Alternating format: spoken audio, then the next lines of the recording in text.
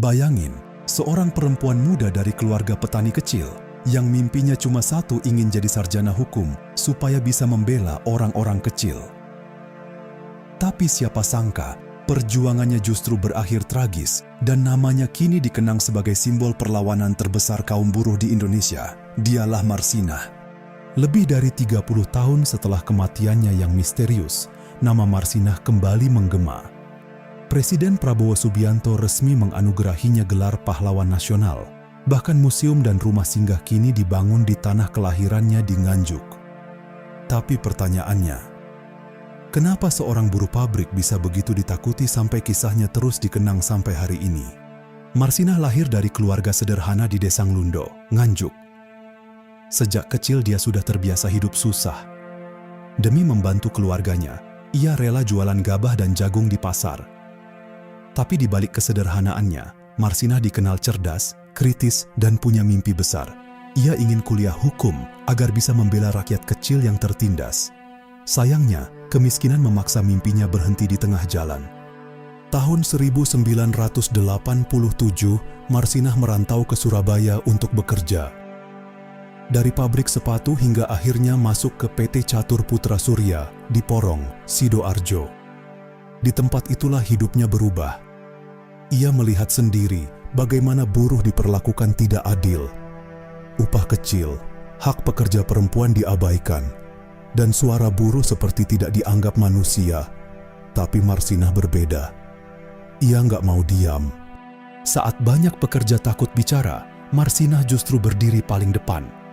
Ia ikut mengorganisir aksi mogok kerja besar pada Mei 1993. Bersama rekan-rekannya, ia menuntut kenaikan upah dan hak-hak pekerja yang lebih layak. Namun, suasana saat itu bukan seperti sekarang. Era Orde Baru dikenal keras terhadap gerakan buruh. Aparat militer ikut turun tangan. Tekanan demi tekanan mulai datang. Lalu malam itu terjadi.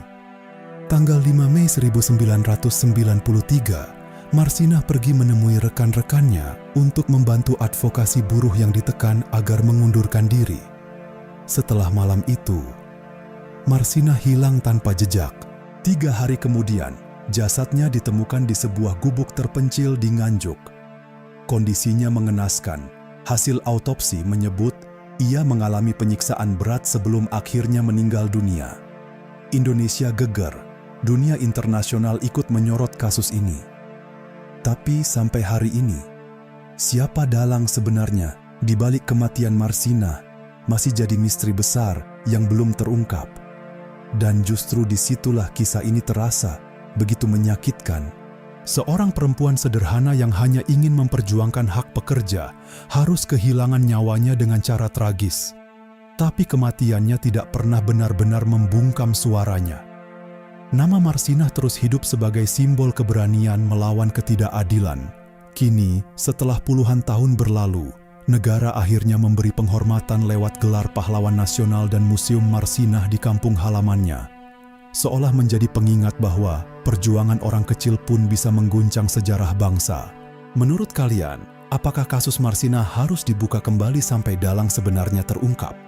Tulis pendapat kalian di kolom komentar.